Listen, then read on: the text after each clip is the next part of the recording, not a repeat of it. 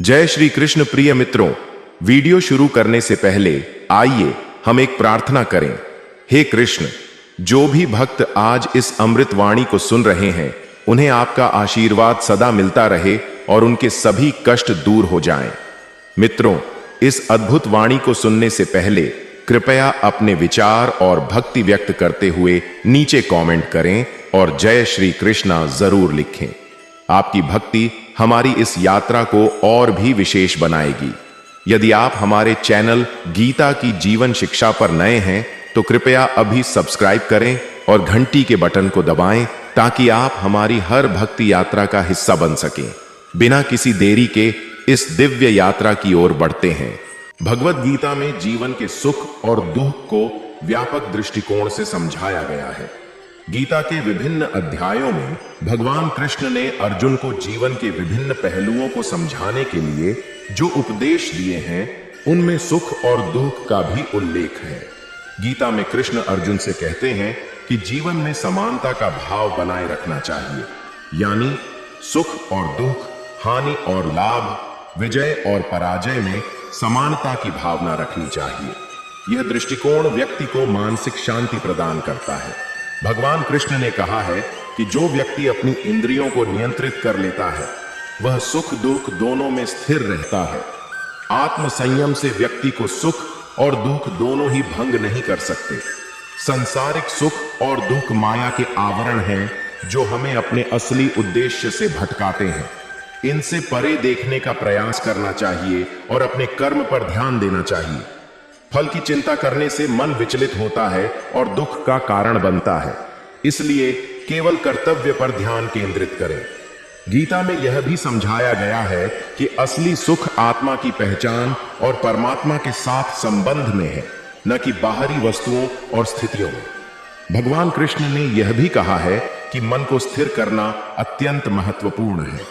एक स्थिर मन किसी भी परिस्थिति में संतुलित रहता है और न ही सुख में बहुत उत्साहित होता है और न ही दुख में अत्यधिक दुखी। गीता में यह स्पष्ट किया गया है कि संसार में कुछ भी स्थायी नहीं है। परिवर्तन सृष्टि का नियम है। सुख और दुख दोनों ही परिवर्तनशील हैं। इसलिए उनके स्थायित्व को लेकर चिंतित होना या आक्रांता होना व्यर्थ है। संघर्ष से ही व्यक्ति के भीतर स्थित शक्तियों का जागरण होता है। दोनों सुख और दुख व्यक्ति को जीवन की गहराइयों का अनुभव करने का अवसर प्रदान करते हैं। अहंकार हमें सुख और दुख के चक्र में बांधता है। गीता में अहंकार से परे जाने का महत्व समझाया गया है। अहंकार का त्याग करने से व्यक्ति जीवन की सच्ची समझ और संतोष प्राप्त कर सकता है। गीता यह सुझाव देती है कि सच्ची प्रसन्नता बाहरी भौतिक सुखों में नहीं, बल्कि अंतःस्थ आत्मा के अनुभव में है। जब व्यक्ति अपने अंदर की ओर देखता है और आत्मा की शांति को महसूस करता है, तब वह वास्तविक आनंद का अनुभव करता है। पांडवों ने अपने जीवन में अनेक दुखद घटनाओं का सामना किया, जैसे वनवास और अज्ञातवास। उन्होंने धैर्य और धर्म के प्रति अपनी निष्ठा बनाए रखी। उनके लिए कृष्ण का मार्गदर्शन और भगवान पर विश्वास एक महत्वपूर्ण आधार था। इन स्थितियों ने उन्हें और अधिक संकल्पवान और धर्मपरायण बनाया।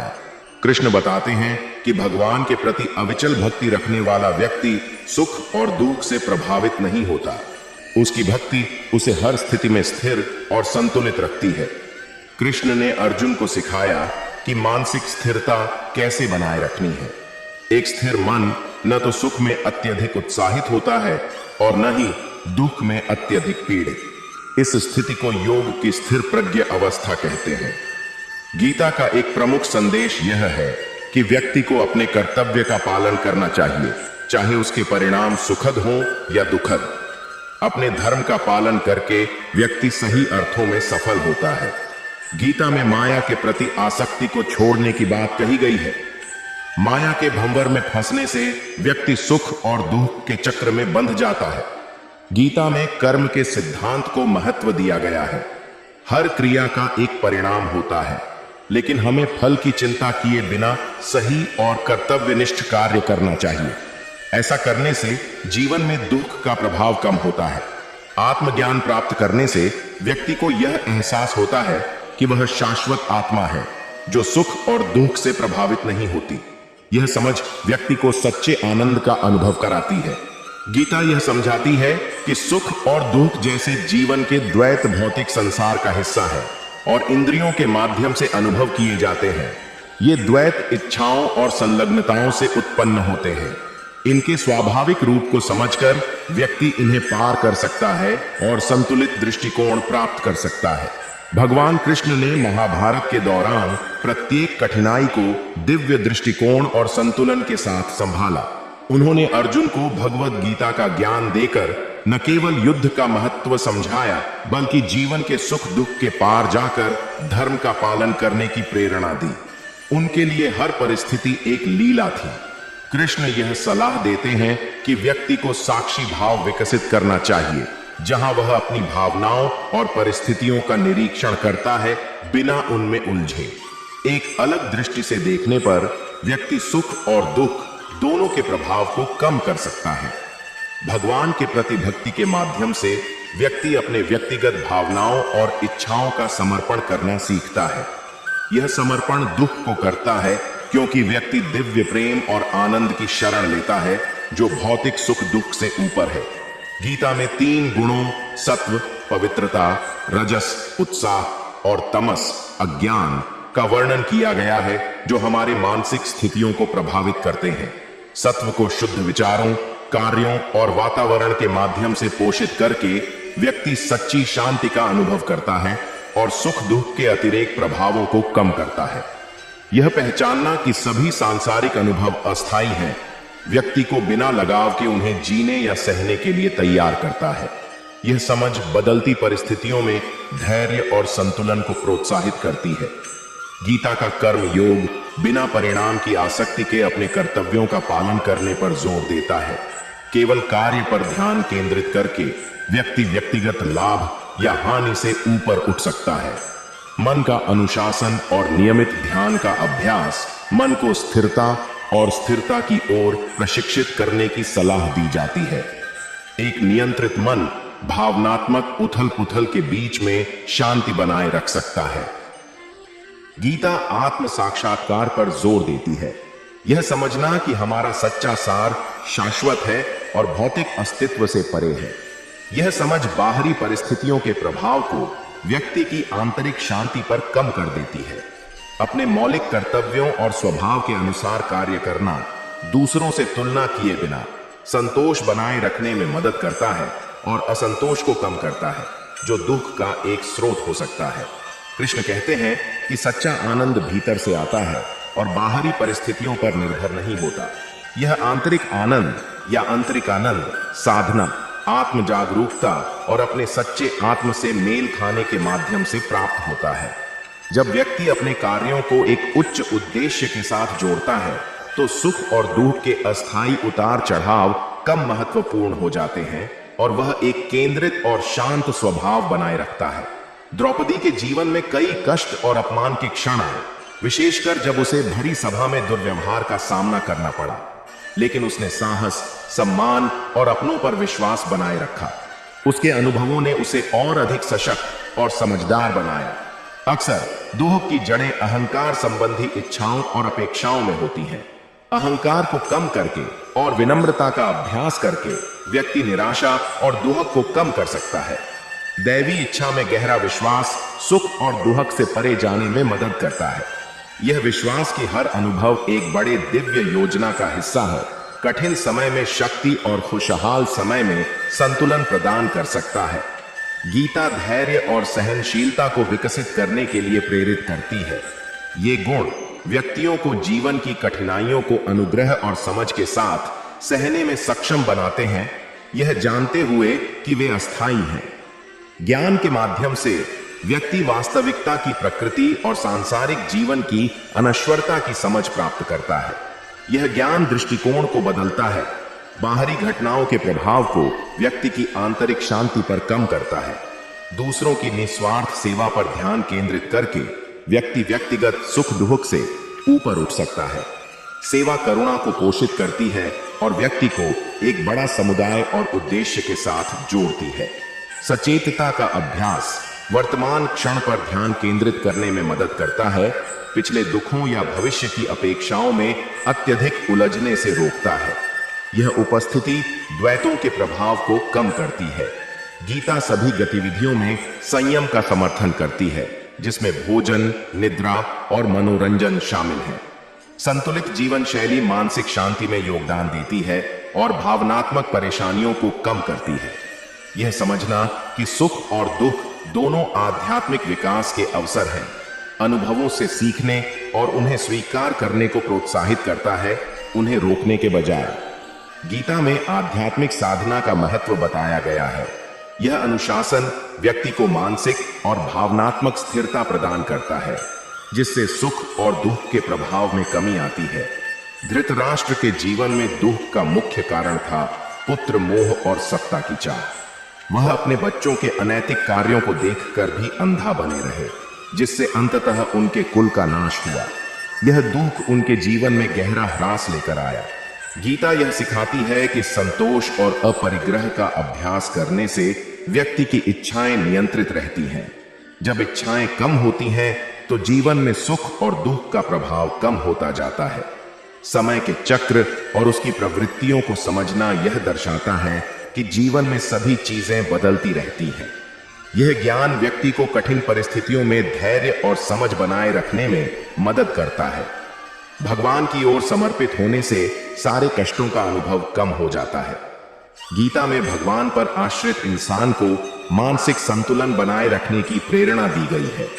गीता में बताया गया है कि समान विचारधारा वाले आध्यात्मिक मित्रों का समूह बनाने से इंसान को सहारा मिलता है, जिससे जीवन के उतार चढ़ाव से निपटना आसान हो जाता है। ध्यान की विधि गीता में बताई गई है, जो मन को शांत करती है। यह शांति व्यक्ति को सुख दुख के आवेश से मुक्त करती है। गीता के अनुसार शास्त्रों का गहन अध्ययन जीवन की सच्ची समझ प्रदान करता है। यह सीख जीवन के दुखों को सहने की शक्ति और वेदना से परे जाकर वास्तविकता देखने की क्षमता देती है। गीता में अनासक्ति को महत्वपूर्ण बताया गया है। यह जीवन में यथार्थ प्रसन्नता का अनुभव करने में सहायता करती है, जो सुख दुख के परे होती है। प्रकृति के साथ जुड़ाव से व्यक्ति को मानसिक स्पष्टता मिलती है। यह स्पष्टता मानसिक संतुलन को बनाए रखने में सहायक होती है। गीता में अहिंसा और करुणा की भावना का महत्व बताया गया है।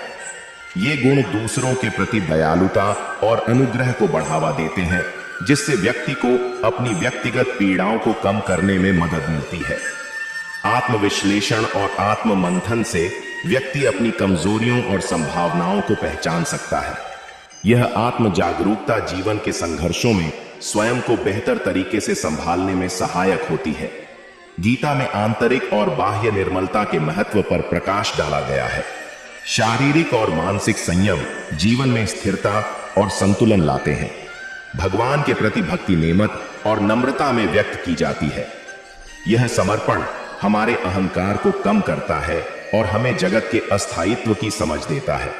गीता सिखाती है कि दृढ़ आस्था और विश्वास से व्यक्ति जीवन की कठिनाइयों को साहस स्वीकार कर सकता है, जिससे दुखों का प्रभाव कम होता है। अपने कार्यों में निपुणता और विशेषज्ञता प्राप्त करने से आत्मविश्वास और आत्मसम्मान में वृद्धि होती है, जो अंततः मानसिक संतोष का कारण बनता है। कर्ण ने अपने जीवन का अधिकांश समय स्वीकृति और सम्मान की खोज में बिताया। उसके जीवन में दुख का कारण उसकी सामाजिक स्थिति और पांडवों के प्रति वफादारी की द्विविधा थी। अंत में उसकी उदारता और वीरता ने उसे महान बना दिया, लेकिन उसके जीवन में दुख ने उसे अंत तक नहीं छोड़ा। ध्यान और प्राणायाम की क्रियाएं आंतरिक शांति और मानसिक संतुलन प्राप्त करने में मदद करती हैं। ये क्रियाएं आंतरिक स्थिरता लाने में प्रभावशाली होती हैं। गीता में आत्म साक्षात्कार के महत्व पर जोर दिया गया है। जब व्यक्ति अपने वास्तविक स्वरूप को पहचान लेता है, तो वह बाहरी परिस्थितियों से प्रभावित नहीं होता और आंतरिक शांति बनाए रखता है।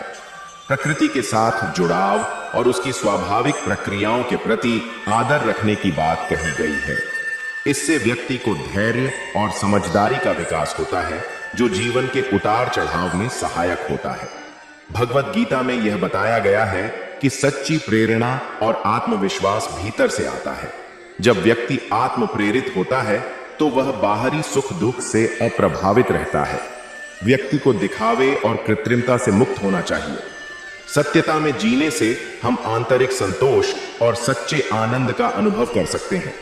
व्यक्ति के जीवन में स्थायी मूल्य और नैतिकता को महत्व देने से जीवन में स्थिरता और संतुलन आता है। नैतिकता का पालन सुख दुख की स्थिति में मन की शांति बनाए रखने में मदद करता है।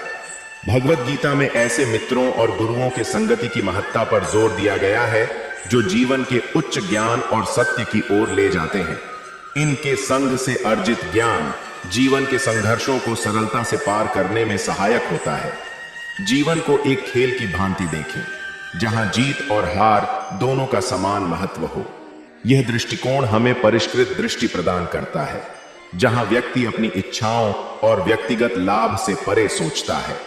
अनासक्ति से व्यक्ति जीवन के सुख दुख में स्थिर रह सकता है।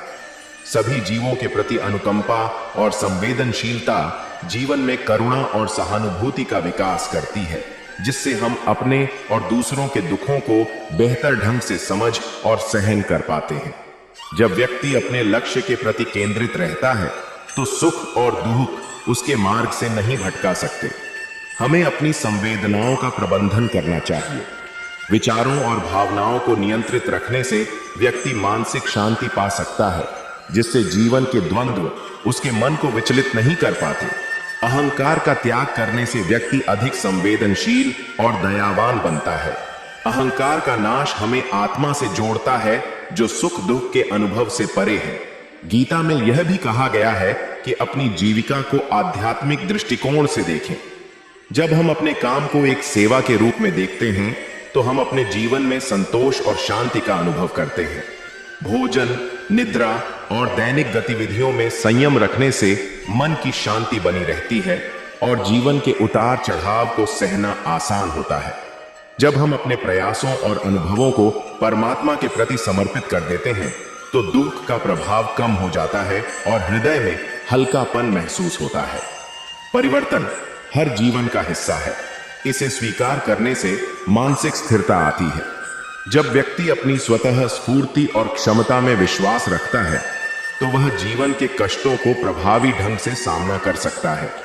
जब व्यक्ति अपने लक्ष्य के प्रति केंद्रित रहता है तो सुख और दुख उसके मार्ग से नहीं भटका सकते। विचारों और भावनाओं को नियंत्रित रखने से व्यक्ति मानसिक शांति पा सकता है, जिससे जीवन के द्वंद्व उसके मन को विचलित नहीं कर पाते। अहंकार का त्याग करने से व्यक्ति अधिक संवेदनशील और दयावान बनता है। अहंकार का नाश हमें आत्मा से जोड़ता है जो सुख दुख के अनुभव से परे है। भीष्म ने अपनी प्रतिज्ञा के कारण बहुत दुख सहा, लेकिन उन्होंने जीवन को धर्म और सत्य के मार्ग पर जिया। युद्ध के दौरान उनकी प्रेरणा और नेतृत्व ने उन्हें एक आदर्श व्यक्ति के रूप में स्थापित किया। जब हम अपने काम को एक सेवा के रूप में देखते हैं तो हम अपने जीवन में संतोष और शांति का अनुभव करते हैं। भोजन, निद्रा और दैनिक गतिविधियों में संयम रखने से मन की शांति बनी रहती है और जीवन के उतार चढ़ाव को सहना आसान होता है। जब हम अपने प्रयासों और अनुभवों को परमात्मा के प्रति समर्पित कर देते हैं तो दुख का प्रभाव कम हो जाता है और हृदय में हल्कापन महसूस होता है। परिवर्तन हर जीवन का हिस्सा है। इसे स्वीकार करने से मानसिक स्थिरता आती है। विपरीत परिस्थितियों में भी अपने मनोबल को ऊंचा रखना गीता में एक महत्वपूर्ण गुण माना गया है। इसे बनाए रखने से व्यक्ति हर चुनौती का सामना साहस और आत्मविश्वास के साथ कर सकता है। हमें अपनी और दूसरों की भावनाओं को समझने की कोशिश करनी चाहिए। संवेदनशीलता का विकास हमारी सामाजिक और व्यक्तिगत रिश्तों में सुधार करता है। परोपकार और दूसरों की मदद करना गीता द्वारा सुझाया गया एक मार्ग है। सेवा का भाव न केवल हमारे जीवन में संतोष लाता है, बल्कि समाज के विकास में भी योगदान देता है। महाभारत के महत्वपूर्ण पात्र अर्जुन को कई व्यक्तिगत और मानसिक संघर्षों का सामना करना पड़ा। कुरुक्षेत्र के युद्ध में अपने प्रियजनों के खिलाफ लड़ाई का भावनात्मक तनाव उनके लिए प्रमुख दुख का कारण था। भगवान कृष्ण के द्वारा प्राप्त गीता के उपदेश ने उन्हें अपने उद्देश्य की स्पष्टता और कर्तव्य के प्रति दृढ़ता प्रदान की। अर्जुन ने इस स्थिति से आत्मज्ञान और कर्तव्य परायणता का महत्व सीखा। प्रेम और करुणा के गुणों का विकास न केवल हमारे व्यक्तिगत संबंधों को सुधारता है, बल्कि हमारे पूरे समाज को भी बेहतर बनाता है। गीता में विश्वास और आस्था के महत्व का उल्लेख है। यह विश्वास न केवल परमात्मा में, बल्कि अपने आत्मिक मार्ग में भी हो सकता है, जो कठिन समय में हमें सहारा देता है। गीता में रिश्तों और उनके पीछे की भावनाओं का सम्मान करने पर जोर दिया गया है। सच्चे संबंधों का विकास हमारे जीवन को समृद्ध और सुखमय बनाता है। आत्म देखभाल और आत्मसम्मान का महत्व गीता में देखा जा सकता है। अच्छे स्वास्थ्य और मानसिक शांति के लिए यह आवश्यक है कि हम स्वयं की देखभाल करें। गीता हमें यह सिखाती है कि हमें अपने कार्यों का उद्देश्य सामूहिक भलाई के लिए निर्धारित करना चाहिए। इससे समाज में सकारात्मक बदलाव आता है और हमें आंतरिक संतोष मिलता है। सत्यवादी युधिष्ठिर को अपने भाइयों और द्रौपदी के साथ वनवास का दुख सहना पड़ा। जुए के खेल में हारने के बाद उनका पूरा परिवार कठिनाइयों में था, परंतु उन्होंने हमेशा सत्य और धर्म का पालन किया। इन अनुभवों ने युधिष्ठिर को सच्चे राज्य, धर्म और नेतृत्व की भावना विकसित करने में मदद की। मोक्ष और मुक्ति की दिशा में यात्रा करने के लिए गीता एक मार्गदर्शिका है, जो हमारे जीवन के अंतिम उद्देश्य की ओर ध्यान केंद्रित करने में मदद करती है। गीता में धर्म के पालन का महत्व बताया गया है, चाहे स्थितियां कैसी भी हों। धर्म का अनुसरण जीवन में सही और गलत की स्पष्ट समझ प्रदान करता है। गीता सिखाती है कि हमें अपने समय का उचित प्रबंधन करना चाहिए। समय का सही उपयोग न केवल हमारी उत्पादकता बढ़ाता है, बल्कि हमें मानसिक शांति भी देता है। गीता में संकल्प और उद्देश्य की स्पष्टता का महत्व बताया गया है। जब हम जानते हैं कि हम क्या चाहते हैं, तो हमारा मार्ग सुगम और प्रभावशाली हो जाता है। कृष्णा कहते हैं, समय समय पर मौन का अभ्यास करने का महत्व बताया गया है। मौन मानसिक स्पष्टता और आत्मचिंतन में सहायता करता है। एक आध्यात्मिक गुरु या शिक्षक का मार्गदर्शन हमारे व्यक्तिगत और आध्यात्मिक विकास में महत्वपूर्ण भूमिका निभाता है। गीता में गुरु की महत्ता पर बल दिया गया है, जिससे हम सही दिशा में आगे बढ़ सके। दुर्योधन का जीवन उसके अहंकार, लालच और प्रतिद्वंद्विता से प्रभावित था। सुख के लिए उसकी लालसा उसके पतन का कारण बनी। सत्ता की चाह और अपने गलत कर्तव्यों के प्रति दृढ़ता के कारण उसे अंततः पराजय और मृत्यु का सामना करना पड़ा, जिससे उसे क्लेश और अपमान झेलना पड़ा।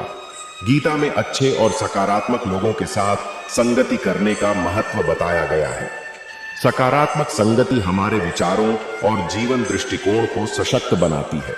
गीता विचारों की शुद्धि पर बल देती है, क्योंकि शुद्ध विचार मन की शांति और स्पष्टता में वृद्धि करते हैं। यह जीवन के हर पहलू में संतुलन लाने में सहायक होती है। गीता हमें नकारात्मकता और नकारात्मक प्रभावों से सजग रहने की सलाह देती है। इससे हम अपने मन और आत्मा की शांति को बनाए रख सकते हैं। विदुर, जो धृतराष्ट्र के सलाहकार और शांति प्रिय व्यक्ति थे, ने हमेशा धर्म का पालन किया। उन्होंने अपने जीवन में कई बार दुख का सामना किया, विशेषकर पारिवारिक संघर्षों के दृश्यों में। उनके लिए प्रमुख सुख का स्रोत धर्म और न्याय का पालन करना था, और इसी के माध्यम से वे मानसिक शांति प्राप्त करते थे। कृष्णा कहते हैं, संतुलित आहार और जीवन शैली के पालन का महत्व बताया गया है। ये हमारी शारीरिक और मानसिक भलाई के लिए आवश्यक होते हैं। गीता में मृत्यु के भय से मुक्त होने का महत्व है।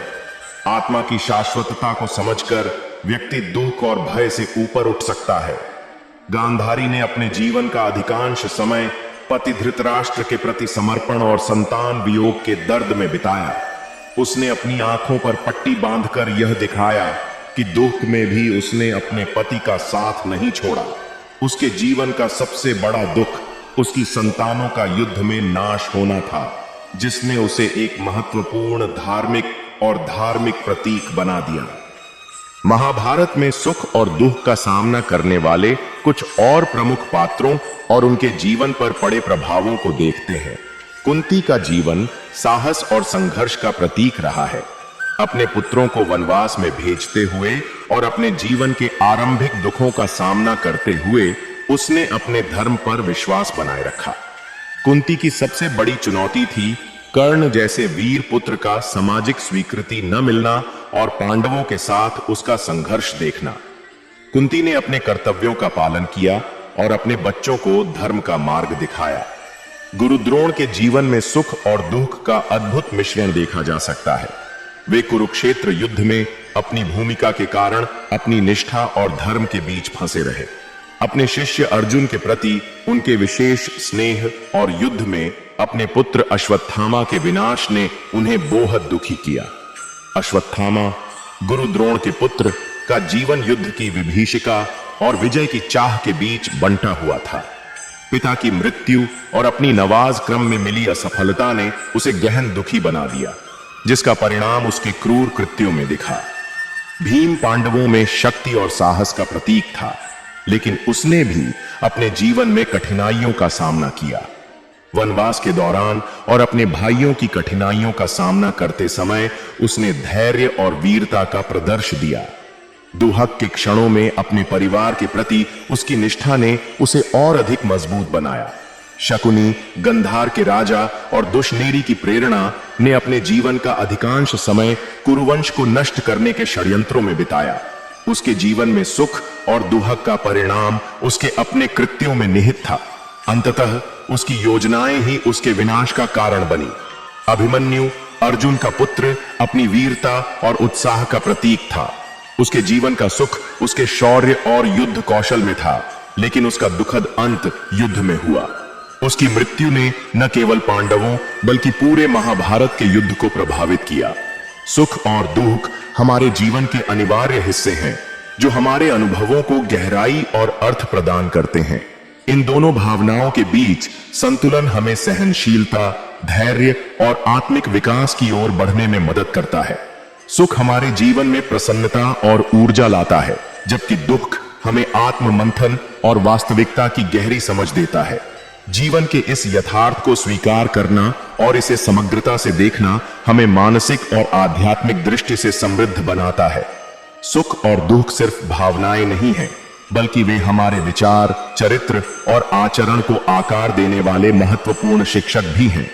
उनके महत्व को पहचान कर हम जीवन के हर अनुभव से कुछ नया सीख सकते हैं और अपने उद्देश्य की दिशा में सशक्त होकर आगे बढ़ सकते हैं। जीवन की इस यात्रा में सुख और दुख हमें अपने अस्तित्व के गहरे अर्थ को समझने का निमंत्रण देते हैं। यह हमें याद दिलाते हैं कि यह संसार अस्थायी है और हमें एक स्थायी आंतरिक शांति और आनंद की खोज करनी चाहिए। इस प्रकार सुख और दुख का हमारे जीवन में गहरा और सशक्त महत्व है। श्रीमद् भगवद गीता का पहला विचार यह है कि बुराई बद्धी हो या छोटी हमेशा विनाश का कारण बनती है, क्योंकि नाव में छेद छोटा हो या बड़ा नाव को डुबा ही देता है। श्रीमद् भगवद गीता का यह विचार हमें यह सिखाता है कि जीवन में छोटी से छोटी बुराई को भी नजरअंदाज नहीं करना चाहिए, क्योंकि वह भी बड़ी समस्याओं का कारण बन सकती है। इसे एक छोटे से उदाहरण से समझा जा सकता है। मान लीजिए कि आप एक छात्र हैं और आपने परीक्षा में खुद से थोड़ी सी नकल करने का सोचा।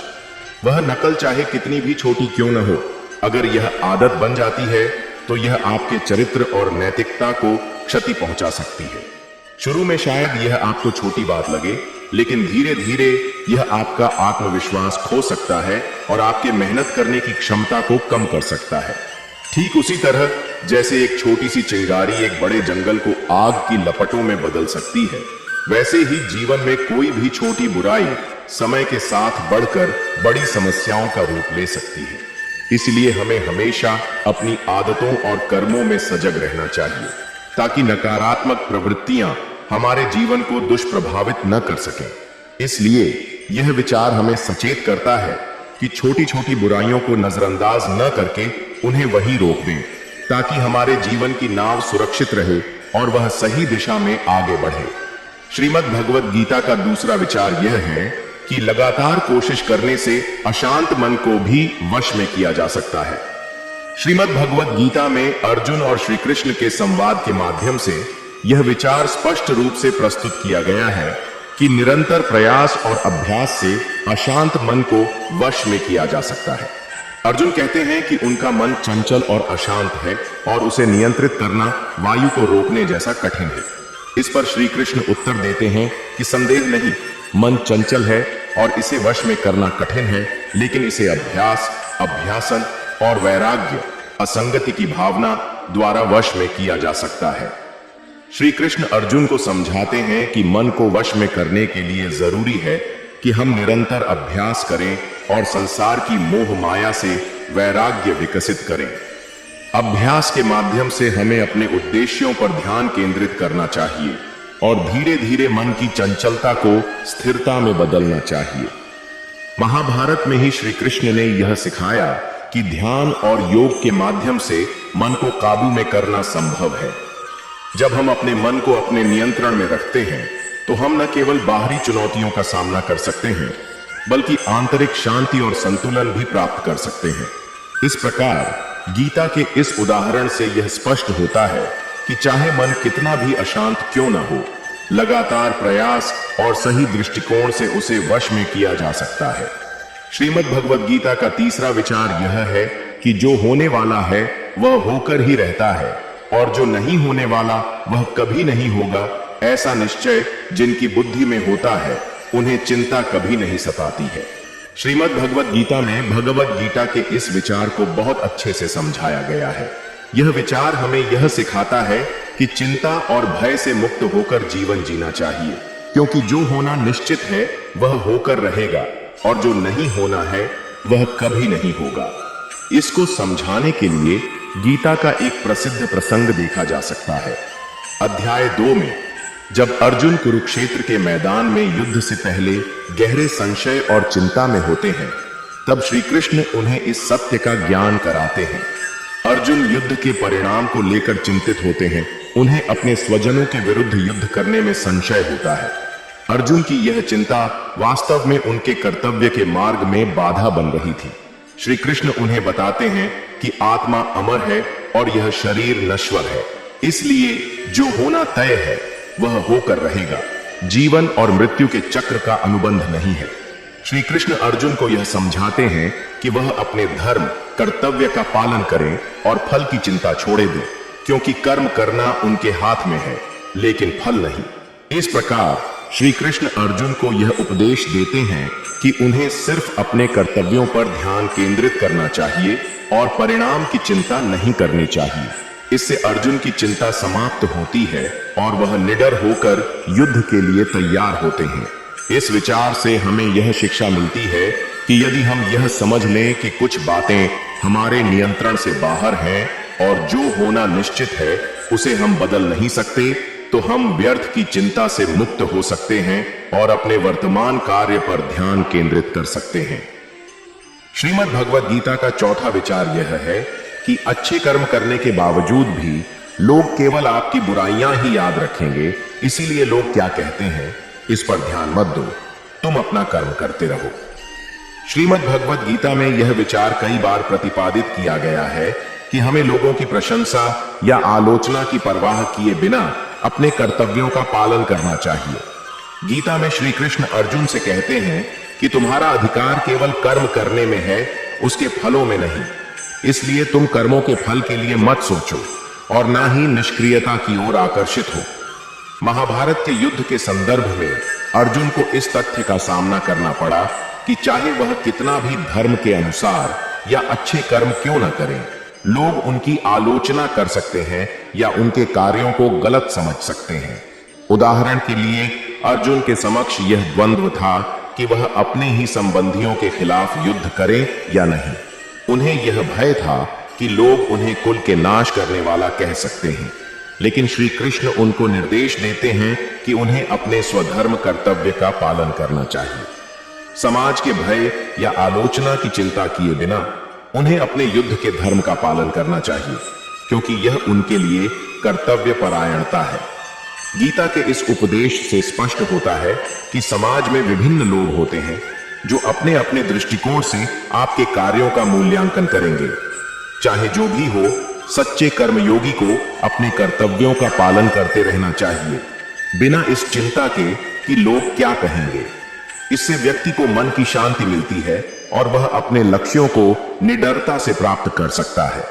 इस प्रकार यह विचार हमें आश्वस्त करता है कि हम नैतिक और सही कार्य करें, चाहे लोग उसे कैसे भी लें या उसकी व्याख्या करें।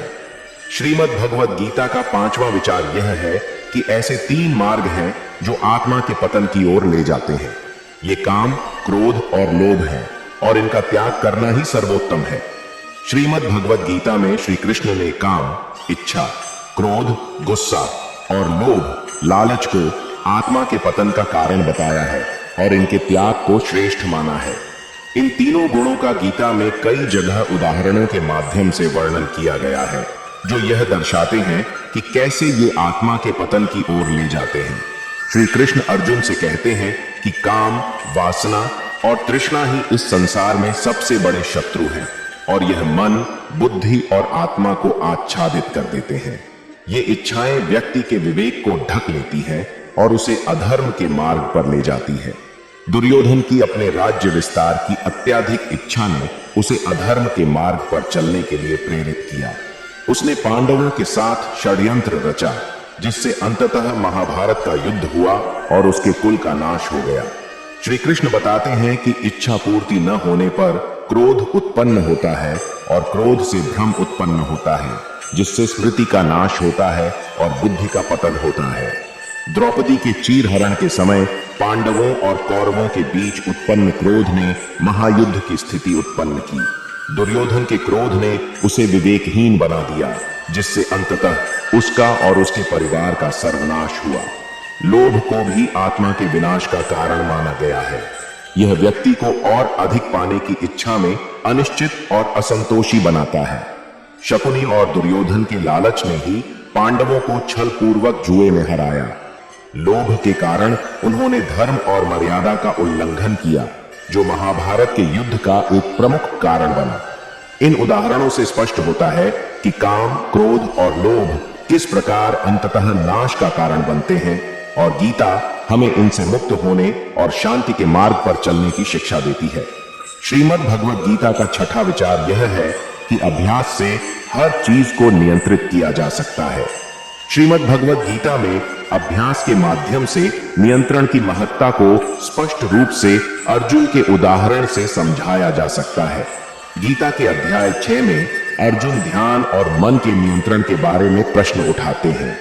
अर्जुन कहते हैं कि मन बहुत ही चंचल और अस्थिर है और उसे नियंत्रित करना वायु को रोकने जैसा कठिन है। इस पर श्री कृष्ण अर्जुन को उत्तर देते हैं कि मन को वश में करना निश्चित रूप से कठिन है, लेकिन यह अभ्यास, अभ्यासन और वैराग्य, आसक्ति के माध्यम से संभव है।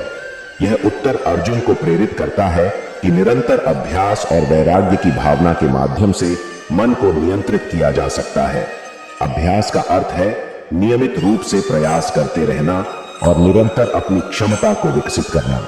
वैराग्य का अर्थ है सांसारिक वस्तुओं और इच्छाओं से दूरी बनाना, ताकि मन को स्थिरता प्राप्त हो सके। कुरुक्षेत्र के युद्ध में भी अर्जुन ने अपने आशंकाओं और शंकाओं पर विजय प्राप्त की। यह भी उनके निरंतर अभ्यास और ध्यान का परिणाम था। श्री कृष्ण के मार्गदर्शन में अर्जुन ने अपने मन को नियंत्रित किया और अपने कर्तव्य के पथ पर अग्रसर हुए। इस प्रकार गीता में अर्जुन का उदाहरण हमें सिखाता है कि अभ्यास से हम किसी भी कठिनाई या चुनौती का सामना कर सकते हैं। चाहे मन कितना भी चंचल क्यों न हो, निरंतर अभ्यास से हम उसे नियंत्रित कर सकते हैं और सफलता प्राप्त कर सकते हैं। श्रीमद् भगवद गीता का 7वां विचार यह है कि ज्यादा खुश होने पर और ज्यादा दुखी होने पर निर्णय नहीं लेना चाहिए, क्योंकि यह दोनों परिस्थितियां आपको सही निर्णय नहीं लेने देती हैं। यह विचार हमारे जीवन के कई अनुभवों से मेल खाता है और हमें यह सिखाता है कि अत्यधिक भावनात्मक स्थितियों में निर्णय लेना अक्सर गलत साबित हो सकता है। इसे कुछ उदाहरणों से बेहतर तरीके से समझा जा सकता है। मान लीजिए कि आपने हाल ही में एक बड़ी सफलता प्राप्त की, जैसे कि नौकरी में प्रमोशन या किसी परीक्षा में उच्च अंक। आपकी खुशी के इस चरम पर आप यह तय कर सकते हैं कि अब आपको ज्यादा मेहनत करने की जरूरत नहीं है या आप अपनी मंजिल तक पहुंच चुके हैं।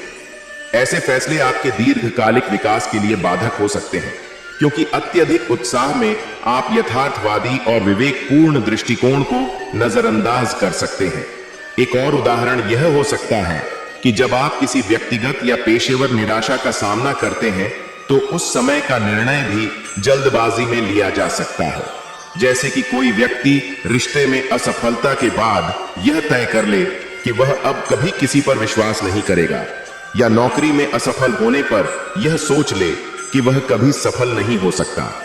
ऐसे निर्णय आवेग में लिए जाते हैं और भविष्य में खेद का कारण बन सकते हैं।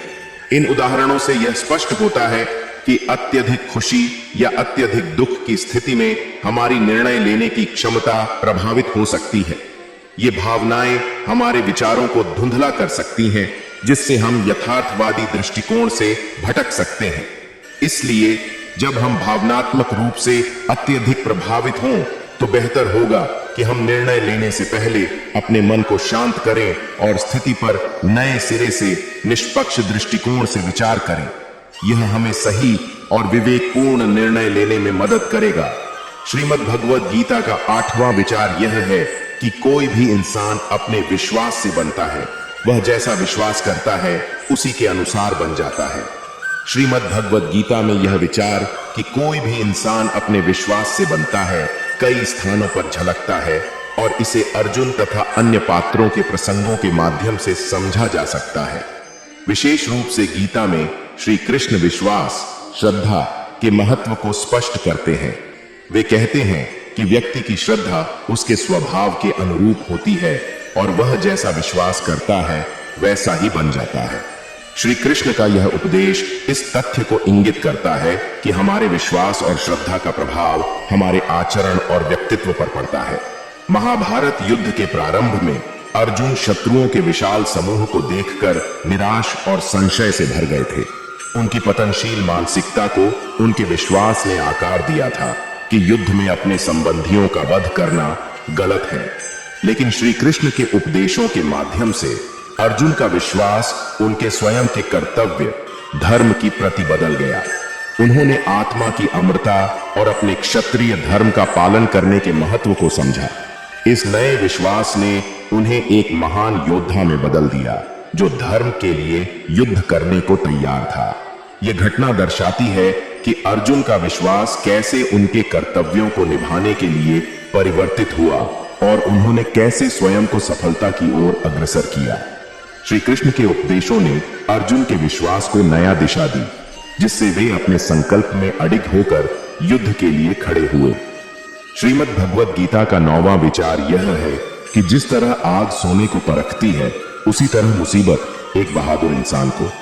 यह विचार हमें यह सिखाता है कि जैसे आग सोने की शुद्धता को परखती है और उसे निखारती है, वैसे ही समस्याएं और चुनौतियां एक बहादुर इंसान की क्षमता और साहस को परखती हैं और उन्हें और मजबूत बनाती हैं। इसे कुछ उदाहरणों से समझा जा सकता है। महात्मा गांधी का जीवन संघर्षों से भरा रहा। दक्षिण अफ्रीका में रंग भेद का सामना करते हुए उन्होंने अहिंसात्मक प्रतिरोध की नीति विकसित की। भारत की स्वतंत्रता के संघर्ष में अनेक कठिनाइयों और अत्याचारों का सामना करते हुए भी उन्होंने अपने सिद्धांतों से समझौता नहीं किया। उनके ऊपर आई हर मुसीबत ने उनकी निष्ठा और साहस को और मजबूत बनाया और उन्हें एक महान नेता के रूप में उभारा। जब थॉमस एडिसन बिजली के बल्ब का आविष्कार कर रहे थे तो उन्हें हजारों बार असफलता का सामना करना पड़ा, लेकिन हर असफल प्रयास ने उन्हें और दृढ़ संकल्पित बनाया। उन्होंने कहा, मैं असफल नहीं हुआ, मैंने 10,000 तरीके खोज कर देखे कि यह काम नहीं करेगा। उनकी यह दृढ़ता और मेहनत की परीक्षा उनकी सफलता की कहानी बन गई। मदर टेरेसा ने गरीबों और रोगियों की सेवा में अपना जीवन समर्पित किया, जहां उन्हें अनेक सामाजिक और आर्थिक समस्याओं का सामना करना पड़ा। उनके सामने आई हर मुश्किल ने उनके सेवा भाव और समर्पण को और अधिक सशक्त किया, जिससे वे दुनिया भर में मानवता की प्रतीक बन गई। इन उदाहरणों से स्पष्ट होता है कि जैसे सोना आग में तपकर अपनी शुद्धता और चमक प्राप्त करता है, वैसे ही बहादुर व्यक्ति संघर्षों और मुसीबतों का सामना करके अधिक मजबूत और सक्षम बनते हैं। चुनौतियां उन्हें परीक्षण में डालती हैं, परंतु यह उनके साहस, धैर्य और आत्मविश्वास को और अधिक मजबूती देती है। श्रीमद् भगवद गीता का 10वां विचार यह है कि जो मनुष्य फल की इच्छा का त्याग करके केवल कर्म पर ध्यान देता है वह अवश्य ही जीवन में सफल होता है। यह विचार कि जो मनुष्य फल की इच्छा का त्याग करके केवल कर्म पर ध्यान देता है वह अवश्य ही जीवन में सफल होता है, हमारे जीवन में कई तरीकों से पाया जा सकता है। इसे कुछ व्यावहारिक उदाहरणों के माध्यम से समझा जा सकता है। वैज्ञानिकों का कार्य लंबी अवधि की खोज और अनुसंधान पर आधारित होता है। उदाहरण के लिए थॉमस एडिसन ने बिजली के बल्ब का आविष्कार करने से पहले हजारों प्रयोग किए। उनका लक्ष्य केवल ज्ञान प्राप्त करना और अपने अनुसंधान को पूरा करना था, न कि तुरंत सफलता प्राप्त करना। यह उनकी अडिगता और फल की चिंता से मुक्त होकर किए गए प्रयोगों का ही परिणाम था कि वे अंततः सफल हुए। इस उदाहरण से यह स्पष्ट होता है कि जब हम केवल अपने कर्म पर ध्यान केंद्रित करते हैं और फल की इच्छा से मुक्त हो जाते हैं तो हम संतुष्टि, शांति और अंततः सफलता प्राप्त करते हैं। ऐसा इसलिए है क्योंकि हमारी ऊर्जा और ध्यान पूरी तरह से उस कार्य पर केंद्रित हो जाता है जिसमें हम संलग्न होते हैं, और यह गुणवत्ता और उत्कृष्टता को सहज रूप से सामने लाता है। श्रीमद् भगवद गीता का 11वां विचार यह है कि परिवर्तन संसार का नियम है। समय के साथ संसार में हर चीज परिवर्तन के नियम का पालन करती है। हमारे जीवन और प्रकृति के हर पहलू में स्पष्ट रूप से देखा जा सकता है। इसे कुछ उदाहरणों से समझा जा सकता है। प्रकृति में बदलाव लगातार होता रहता है। ऋतुओं का परिवर्तन इसका एक अच्छा उदाहरण है। सर्दी, गर्मी, वर्षा, ये सभी ऋतुएं अपने समयानुसार आती जाती रहती हैं। इसी तरह पौधे का अंकुरित होना, बढ़ना, फूलना और फिर मुरझा जाना भी प्राकृतिक परिवर्तन का हिस्सा है। मनुष्य का जीवन भी परिवर्तन के नियम का अनुसरण करता है। एक बच्चा धीरे धीरे बढ़ता है, वयस्क होता है और अंततः वृद्धावस्था को प्राप्त करता है। इसके साथ ही हमारे विचार, रुचियां और आदतें समय के साथ बदलती रहती हैं। हम अनुभवों से सीखते हैं और अपने दृष्टिकोण को परिवर्तित करते हैं। इस उदाहरण से यह स्पष्ट है कि परिवर्तन अटल है और हर चीज समय के साथ बदलती रहती है। यह हमें यह सिखाता है कि हमें लचीलापन अपनाकर इन परिवर्तनों के साथ खुद को ढालना चाहिए ताकि हम जीवन में आने वाली नई परिस्थितियों और चुनौतियों का सामना कर सकें। श्रीमद् भगवद गीता का 12वां विचार यह है कि इंसान हमेशा अपने भाग्य को कोसता है, यह जानते हुए भी कि भाग्य से भी ऊंचा उसका कर्म है जो उसके स्वयं के हाथों में है। यह विचार इस सच्चाई को उजागर करता है कि जबकि भाग्य हमारी परिस्थितियों में एक भूमिका निभा सकता है, हमारे कर्म, कार्य और प्रयास हमें हमारी जीवन की दिशा तय करने की अधिक शक्ति और नियंत्रण देते हैं। इसे कुछ जीवन के उदाहरणों से बेहतर समझा जा सकता है। एक छात्र गरीब परिवार से ताल्लुक रख सकता है और यह सोच सकता है कि उसका भाग्य उसके जीवन को सीमित करता है, लेकिन अगर वह अपने अध्ययन में निरंतरता और परिश्रम से जुटा रहता है तो वह अपने ज्ञान और कौशल के बल पर छात्रवृत्तियां और अच्छे करियर के अवसर प्राप्त कर सकता है। यहाँ कर्म की प्रधानता भाग्य से ऊपर होती है। कई बड़े उद्यमियों का प्रारंभिक जीवन संघर्षों से भरा रहा है। उदाहरण के लिए स्टीव जॉब्स के जीवन में कई कठिनाइयां आईं, लेकिन अपनी मेहनत और नवाचार की भावना के कारण उन्होंने एप्पल जैसी बड़ी कंपनी की नींव रखी। उनका जीवन इस बात का प्रमाण है कि भले ही भाग्य पहली नजर में प्रतिकूल लगे, सही कर्म और प्रयास सफलता की ऊंचाइयों तक ले जा सकते हैं। इन उदाहरणों से यह स्पष्ट होता है कि भले ही भाग्य हमारी जिंदगी में कुछ बातों को तय करे, लेकिन हमारे अपने कर्म और प्रयास हमें वास्तव में आगे बढ़ने की क्षमता देते हैं। हमें अपने कर्म पर ध्यान केंद्रित करना चाहिए क्योंकि यही हमारे हाथ में होता है और यही हमारे जीवन की दिशा को सही रूप से निर्धारित कर सकता है। श्रीमद् भगवद गीता का 13वां विचार यह है कि कर्म करो, फल की चिंता मत करो। श्रीमद् भगवद गीता में कर्म करो, फल की चिंता मत करो का सिद्धांत विशेषतः अध्याय 2 श्लोक 47 में प्रतिपादित किया गया है। यह श्लोक इस प्रकार है: कर्मण्येवाधिकारस्ते मां फलेषु कदाचन मां कर्म फल हेतुर्भूर्मा ते संगोस्त्व कर्मणि। इसका अर्थ है कि व्यक्ति का अधिकार केवल अपने कर्मों कार्य पर है, न कि उन कर्मों के फलों परिणामों पर। इसलिए हमें कर्म के फल की आसक्ति में नहीं उलझना चाहिए और न ही निष्क्रियता से जुड़ना चाहिए। महाभारत के युद्ध के प्रारंभ में अर्जुन युद्ध के मैदान में संशय और कर्तव्य के द्वंद्व में फंस जाते हैं। वे युद्ध की विभीषिका और उसके परिणाम स्वरूप अपने स्वजनों की हानि देखकर मानसिक रूप से विचलित हो जाते हैं। अर्जुन को यह चिंता सताने लगती है कि इस युद्ध का परिणाम क्या होगा। इस स्थिति में श्री कृष्ण अर्जुन को कर्मण्येवाधिकारस्ते का उपदेश देते हैं। वे अर्जुन को सिखाते हैं कि उन्हें केवल अपने धर्म कर्तव्य का पालन करना चाहिए, जो कि एक योद्धा के रूप में युद्ध करना है, और उन्हें इसके परिणाम की चिंता नहीं करनी चाहिए। फल की चिंता से मुक्त होकर कर्म करने से मन में संतोष और स्थिरता आती है। गीता का यह सिद्धांत जीवन में बहुत उपयोगी है, क्योंकि यह हमें सिखाता है कि जब हम अपनी पूरी शक्ति और समर्पण से काम करते हैं तो हमें परिणाम के बारे में चिंता करने की आवश्यकता नहीं होती। परिणाम हमारे नियंत्रण से बाहर होता है और इस पर ध्यान देने से हमारी ऊर्जा और ध्यान बढ़ जाते हैं। इसलिए कर्म के प्रति समर्पित रहकर हम अधिक प्रभावशाली और सफल हो सकते हैं। श्रीमद् भगवद गीता का 14वां विचार यह है कि अपने आप को भगवान के प्रति समर्पित कर दो। यही सबसे बद्धा सहारा है। जो कोई भी इस सहारे को पहचान गया है वह डर, चिंता और दुखों से आजाद रहता है। श्रीमद् भगवद गीता में भगवान के प्रति पूर्ण समर्पण का विचार अत्यंत महत्वपूर्ण है और इसे कई स्थानों पर स्पष्ट किया गया है। विशेषकर गीता के अध्याय 18 श्लोक 66 में यह विचार प्रकट होता है। सर्वधर्मान् परित्यज्य मामेकं शरणं व्रज अहम त्वा सर्व पापेभ्यो मोक्षयिष्यामि मा शुचः। इसका अर्थ है सभी धर्मों को छोड़कर केवल मेरी शरण में आओ, मैं तुम्हें सभी पापों से मुक्त कर दूंगा, चिंता मत करो। महाभारत के युद्ध के दौरान अर्जुन अनेक प्रकार की चिंताओं और संशयों से घिरे हुए थे।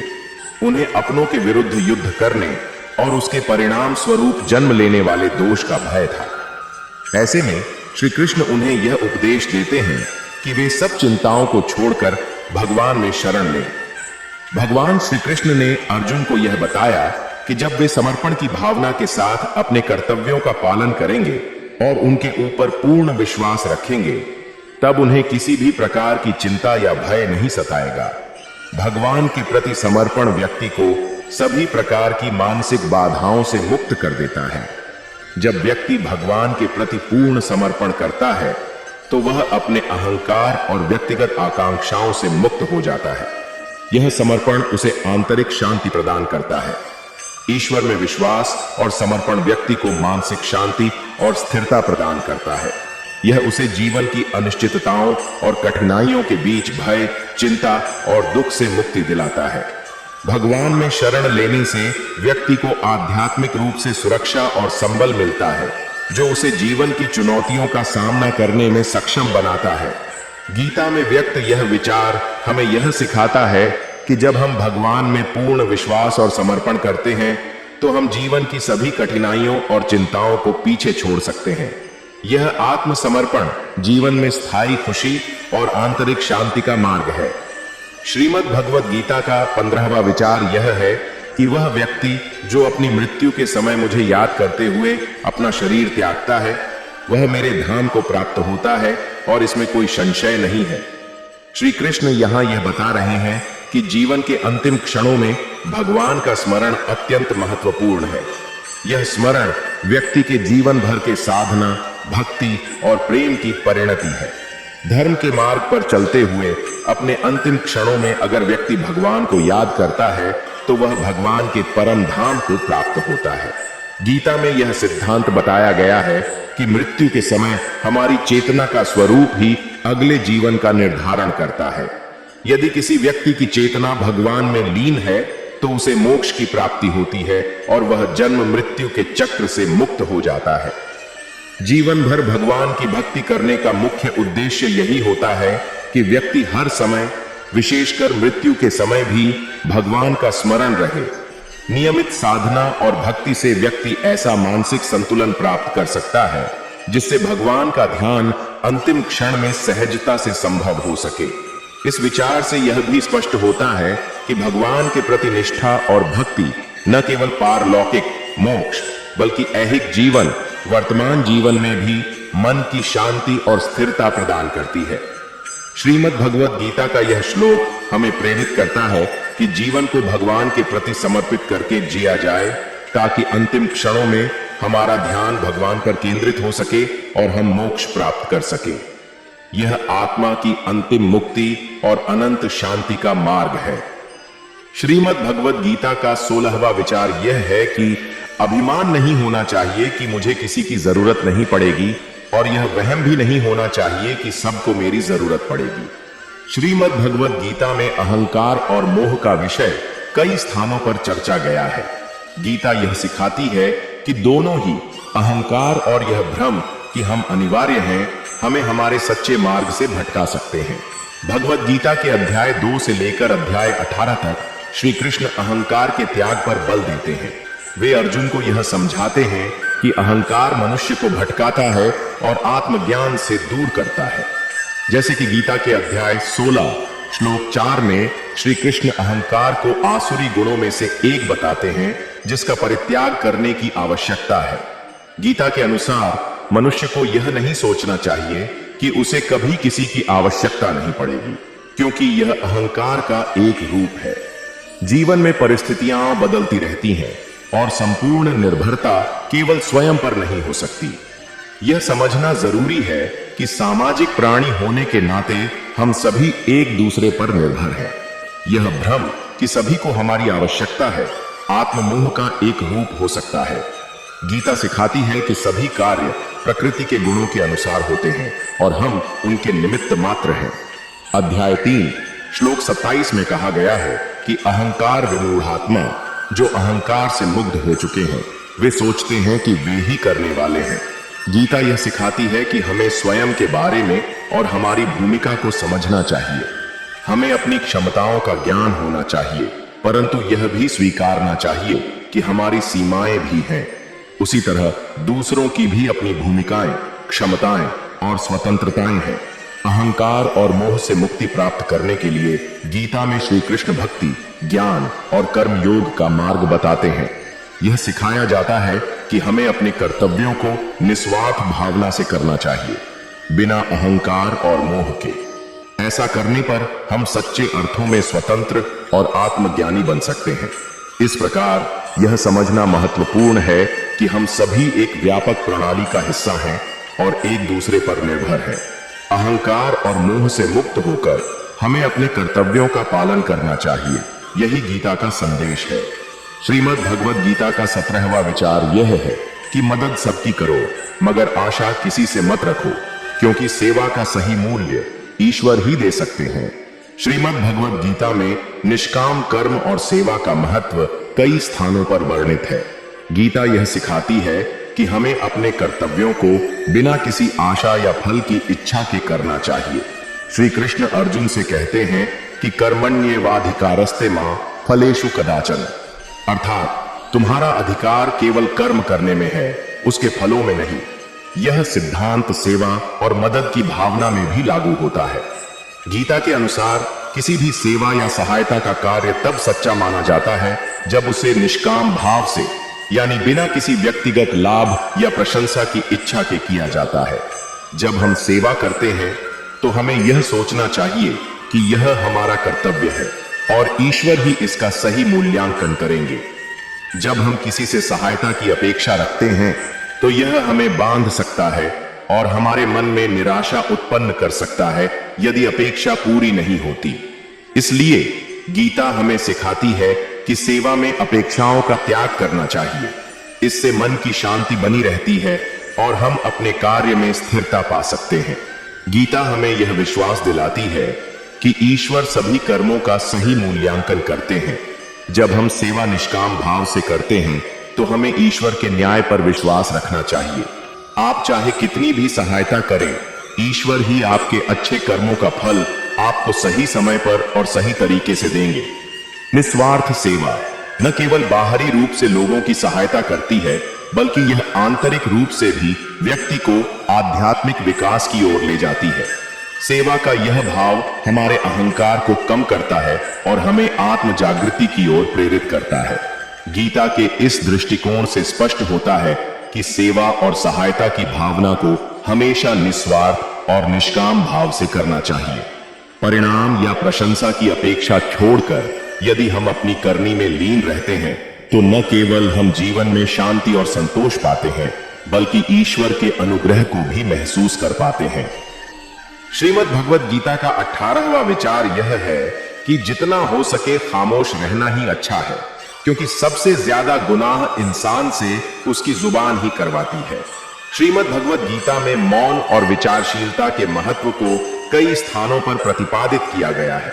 गीता यह सिखाती है कि विचारशील आत्मनियंत्रण और उचित संवाद कितना महत्वपूर्ण है, और यह भी कि अनियंत्रित वाणी कैसे समस्याओं का कारण बन सकती है। गीता में श्री कृष्ण आत्मनियंत्रण पर बल देते हैं। वे कहते हैं कि जो व्यक्ति अपने मन और इंद्रियों को काबू में रखता है वही सच्ची शांति प्राप्त कर सकता है। यह विचार मौन और संयमित वाणी के महत्व को भी दर्शाता है। मौन हमें आत्मनिरीक्षण करने और बुद्धिमत्ता से कार्य करने में सहायता कर सकता है। गीता में वाणी के तप का उल्लेख है। अनुद्वेग करम वाक्यम सत्यम प्रियम हितम च यत्। इसका अर्थ है कि वाणी को ऐसा होना चाहिए जिससे किसी को दुख न पहुंचे, वह सत्य हो, प्रिय हो और हितकारी हो। यह हमें सिखाता है कि वाणी में संयम आवश्यक है ताकि किसी के प्रति अहितकारी बातें न कही जाएं। महाभारत में दुर्योधन का अहंकार पूर्ण वाणी और व्यवहार उसकी समस्याओं का बड़ा कारण था। उसकी जुबान ने न केवल पांडवों के साथ बल्कि स्वयं अपने परिवार के साथ भी संबंध बिगाड़े। उसकी अनियंत्रित वाणी और घमंड ने अंततः महाभारत के युद्ध को जन्म दिया। गीता स्वयं अर्जुन और कृष्ण के संवाद पर आधारित है। अर्जुन ने अपने संशयों और चिंताओं को व्यक्त किया, लेकिन श्री कृष्ण के मार्गदर्शन को विनम्रता से सुना। अर्जुन का यह संयम और मौन श्रवण उन्हें ज्ञान प्राप्त करने और धर्म का पालन करने में सहायक बना। इन उदाहरणों से यह स्पष्ट होता है कि गीता में मौन और वाणी के संयम का महत्व कितना अधिक है। वाणी में संयम न केवल व्यक्तिगत शांति और आत्मनिरीक्षण में सहायता करता है, बल्कि सामाजिक और पारिवारिक संबंधों में भी सामंजस्य बनाए रखने में महत्वपूर्ण भूमिका निभाता है। इसीलिए जितना हो सके खामोश रहना ही अच्छा है। यह विचार गीता के सिद्धांतों से मेल खाता है।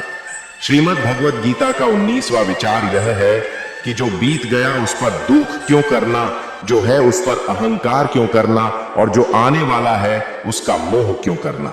श्रीमद् भगवद गीता में समय, कर्म और संतुलन के प्रति एक संतुलित दृष्टिकोण अपनाने पर बल दिया गया है। यह विचार कि जो बीत गया उस पर दुख क्यों करना, जो है उस पर अहंकार क्यों करना, और जो आने वाला है उसका मोह क्यों करना, गीता के कई उपदेशों के अनुरूप है। इसे निम्नलिखित तरीकों से समझा जा सकता है। गीता में श्री कृष्ण अर्जुन को यह सिखाते हैं कि परिवर्तन संसार का नियम है। जैसे आत्मा इस शरीर में बचपन, यौवन और वृद्धावस्था को अनुभव करती है, वैसे ही मृत्यु के बाद नए शरीर को प्राप्त करती है।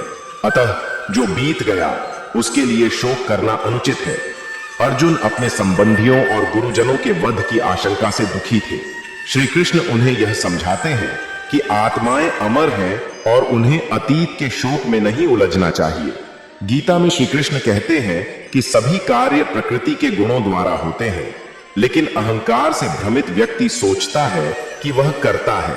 इसलिए जो कुछ भी हमारे पास है या हम करते हैं उस पर अहंकार करना उपयुक्त नहीं है, क्योंकि यह सब प्रकृति और भगवान के कारण है। अर्जुन को अपने वीरता पर अहंकार नहीं था, बल्कि वह अपने क्षत्रिय धर्म का पालन करने के लिए समर्पित था। गीता में यह सिखाया गया है कि भविष्य का अत्यधिक मोह व्यक्ति को वर्तमान कर्तव्यों से विचलित कर सकता है। गीता के अध्याय 18 श्लोक 66 में श्री कृष्ण अर्जुन को सभी धर्मों को छोड़कर केवल उनकी शरण में आने का उपदेश देते हैं। यह भविष्य की चिंताओं को त्याग कर वर्तमान में धर्म के पालन का संदेश है। अर्जुन को भविष्य की जी हार की चिंता को त्याग कर युद्ध के धर्म का पालन करना पड़ा। श्री कृष्ण ने उन्हें विश्वास दिलाया कि जब वे कर्तव्य पर ध्यान देंगे तो भगवान स्वयं उनके साथ होंगे। इन शिक्षाओं के माध्यम से गीता हमें यह सिखाती है कि हमें अतीत के दुख, वर्तमान के अहंकार और भविष्य के मोह से ऊपर उठकर संपूर्ण समर्पण और धारणा के साथ अपने कर्तव्यों का पालन करना चाहिए। यह जीवन में संतुलन और शांति की ओर ले जाता है। श्रीमद् भगवद गीता का 20वां विचार यह है कि नकारात्मक विचारों का आना तय है, लेकिन यह आप पर निर्भर करता है कि आप उन्हें महत्व देते हैं या फिर अपने सकारात्मक विचारों पर ही ध्यान लगाए रहते हैं। श्रीमद् भगवद गीता में मन के विचारों और उनके नियंत्रण का महत्व कई स्थानों पर बताया गया है। विशेषकर गीता के अध्याय 6 में ध्यान और आत्म संयम की चर्चा होती है, जिसमें इसे स्पष्ट किया गया है कि मनुष्य को अपने मन पर नियंत्रण करके किस प्रकार स्वयं को शांति और स्थिरता की ओर ले जाना चाहिए। गीता में अर्जुन कहते हैं कि मन बहुत चंचल, बलवान और दृढ़ है। इसे नियंत्रित करना वायु को रोकने जैसा कठिन है। इस पर श्री कृष्ण उन्हें जवाब देते हैं कि अभ्यास, अभ्यासन और वैराग्य, आसक्ति से मन को नियंत्रित किया जा सकता है। यह स्पष्ट करता है कि नकारात्मक विचार आना स्वाभाविक है, लेकिन उन्हें कैसे नियंत्रित किया जाए यह व्यक्ति की अपनी क्षमता पर निर्भर करता है। गीता में श्री कृष्ण कहते हैं कि व्यक्ति स्वयं ही अपना मित्र और शत्रु है। इसका अर्थ यह है कि हमारे विचारों का चुनाव और उन पर ध्यान केंद्रित करना हमारे हाथ में है। सकारात्मक विचारों पर ध्यान केंद्रित करके हम स्वयं के मित्र बन सकते हैं, जबकि नकारात्मक विचारों पर ध्यान देना हमें आत्म विरोधी बना देता है। अर्जुन ने युद्ध के मैदान में अपनों के खिलाफ लड़ने की स्थिति में नकारात्मक विचारों से खुद को घिरा पाया। उनकी संकल्पशीलता डगमगा रही थी, लेकिन श्री कृष्ण के उपदेशों के माध्यम से उन्होंने अपने विचारों को संयमित और केंद्रित किया। उन्होंने श्री कृष्ण के निर्देश पर ध्यान केंद्रित कर अपने कर्तव्य का पालन किया। श्री कृष्ण अर्जुन को यह भी सिखाते हैं कि मनुष्य को न केवल अपने कर्म में बल्कि विचारों में भी स्थिरता और ध्यानवादी दृष्टिकोण रखना चाहिए। ध्यान और योगाभ्यास के माध्यम से व्यक्ति अपने विचारों को नियंत्रित कर सकता है और अंततः मन की चंचलता पर विजय प्राप्त कर सकता है। गीता का यह उपदेश हमें यह सिखाता है कि नकारात्मक विचार आना स्वाभाविक है, लेकिन जब हम अपनी सोच और ध्यान को सकारात्मकता पर केंद्रित करते हैं तो हम आत्म संयम प्राप्त कर सकते हैं। यह आत्मविश्वास और आध्यात्मिक प्रगति की ओर ले जाता है, जिससे हम जीवन की चुनौतियों का सामना सफलतापूर्वक कर सकते हैं। श्रीमद् भगवद गीता का 21वां विचार यह है कि जो आपका है वो आपको मिलकर ही रहेगा, फिर चाहे उसे छीनने के लिए पूरी कायनात एक हो जाए। श्रीमद् भगवद गीता में यह विचार कई स्थानों पर परिलक्षित होता है कि जो हमारे लिए निर्धारित है वह हमें अवश्य प्राप्त होगा और इसे हमसे कोई छीन नहीं सकता। यह विचार ईश्वर के न्याय, कर्तव्यों के पालन और विश्वास के सिद्धांतों के साथ मेल खाता है। गीता में बार बार यह बताया गया है कि हमें अपने कर्तव्यों का पालन करना चाहिए और फल की चिंता नहीं करनी चाहिए। श्री कृष्ण अर्जुन से कहते हैं कि हमारा अधिकार केवल कर्म करने में है, फलों में नहीं। जब हम अपने धर्म और कर्तव्य का पालन करते हैं तो जो हमारे लिए सही है वह हमें अवश्य मिलता है। कुरुक्षेत्र के युद्ध में पांडवों का अधिकार उनके राज्य और धर्म के लिए संघर्ष करना था। दुर्योधन और कौरवों ने उनके अधिकार को छीनने का हर संभव प्रयास किया, लेकिन श्री कृष्ण के मार्गदर्शन और अपने धर्म के प्रति अडिग रहने के कारण पांडव अंत में अपने राज्य को पुनः प्राप्त करने में सफल रहे। यह घटनाक्रम यह दर्शाता है कि जब हमारा उद्देश्य सत्य और धर्म के प्रति होता है तो हमें उसका सही फल जरूर मिलता है, भले ही पूरी प्रकृति हमारे विरुद्ध क्यों न हो। गीता के माध्यम से श्री कृष्ण यह भी सिखाते हैं कि ईश्वर का भाव हमारे जीवन के मार्ग को निर्धारित करता है। जब हम ईश्वर पर विश्वास रखते हैं तो हमें यह समझ में आता है कि हर घटना का एक कारण और समय होता है और ईश्वर हमारे लिए सर्वोत्तम का चयन करते हैं। अर्जुन ने जब अपने कर्तव्य के मार्ग पर श्री कृष्ण का अनुसरण किया तो तो उनके सामने अनेक विपत्तियां आईं, लेकिन अंततः उन्होंने धर्म युद्ध में विजय पाई और अपने अधिकार को पुनः प्राप्त किया। गौरतलब है कि श्रीमद् भगवद गीता का यह सिद्धांत हमें यह सिखाता है कि जीवन में संघर्षों से घबराना नहीं चाहिए। जब हम सच्चाई और धर्म के पथ पर चलते हैं तो जो हमारे लिए उचित और न्याय संगत है वह हमें निश्चित रूप से प्राप्त होगा। यह विश्वास और धैर्य हमें जीवन की चुनौतियों में स्थिर और संतुलित बनाता है। श्रीमद् भगवद गीता का 22वां विचार यह है कि प्रेरणा का सबसे बड़ा स्रोत आपके अपने विचार हैं, इसलिए बड़ा सोचें और खुद को जीतने के लिए हमेशा प्रेरित करें। श्रीमद् भगवद गीता में प्रेरणा का एक प्रमुख उदाहरण अर्जुन और श्री कृष्ण का संवाद है। महाभारत के युद्ध के प्रारंभ में अर्जुन अपने सगे संबंधियों और प्रियजनों के खिलाफ युद्ध करने को लेकर अत्यंत विचलित और निराश हो जाते हैं। वह अपने कर्तव्यों और धर्म को लेकर संदेह और भ्रम की स्थिति में होते हैं। इस स्थिति में अर्जुन ने युद्ध करने से इनकार कर दिया और अपने अर्जुन को निरंतर चिंता और शोकग्रस्त देखा। तब श्री कृष्ण, जो अर्जुन के सारथी हैं, उन्हें गीता के माध्यम से जीवन और धर्म का गहन ज्ञान देते हैं। इसमें श्री कृष्ण अर्जुन को अपने विचारों को सकारात्मक दिशा में बदलने और कर्म के महत्व को समझाने के लिए प्रेरित करते हैं। श्री कृष्ण अर्जुन को बताते हैं कि उन्हें अपने स्वधर्म का निर्वाह करना चाहिए और निष्काम कर्म योग का पालन करना चाहिए, जिसका अर्थ है फल की चिंता किए बिना अपने कर्तव्य का पालन करना। वह अर्जुन को यह भी सिखाते हैं कि मनुष्य को आत्म संयम और आत्मज्ञान के माध्यम से अपने विचारों और इंद्रियों को नियंत्रण में रखना चाहिए। श्री कृष्ण के ये उपदेश अर्जुन को उनके भ्रम और निराशा से निकालकर अपने कर्तव्य की ओर केंद्रित करते हैं। यह दर्शाता है कि विचारों की शक्ति कितनी महत्वपूर्ण हो सकती है जब हम उन्हें सही दिशा में मोड़ते हैं। अर्जुन का श्री कृष्ण से प्रेरणा लेकर युद्ध में भाग लेना यह प्रमाणित करता है कि बड़े और सकारात्मक विचार कैसे व्यक्ति को प्रेरित कर सकते हैं और जीवन के कठिन दौर में आगे बढ़ने के लिए साहस प्रदान कर सकते हैं। श्रीमद् भगवद गीता का 23वां विचार यह है कि अगर आप अपनी गलतियों से कुछ सीखते हो तो गलतियां सीढ़ियां बनती हैं, और अगर नहीं सीखते हैं तो गलतियां सागर हैं। फैसला आपका है, चढ़ना है या डूबना है। श्रीमद् भगवद गीता में यह सिद्धांत स्पष्ट रूप से दिखाई देता है कि गलतियों से सीखना और आत्मविकास करना अत्यंत महत्वपूर्ण है। गीता में अर्जुन की स्थिति और उनके प्रश्न हमें इस विचार को समझने में मदद करते हैं। अर्जुन युद्ध के मैदान में खड़े होते हैं और अपने ही रिश्तेदारों, गुरुओं और मित्रों के खिलाफ युद्ध करने की कठिनाई के कारण निराश और भ्रमित हो जाते हैं। यह स्थिति उनकी एक गलती या दुविधा है जिसमें वे अपने कर्तव्यों को समझने में असमर्थ महसूस करते हैं। जब अर्जुन श्री कृष्ण से अपनी इस दुविधा को साझा करते हैं तो वह उन्हें अद्वैत ज्ञान के माध्यम से सही रास्ता दिखाते हैं।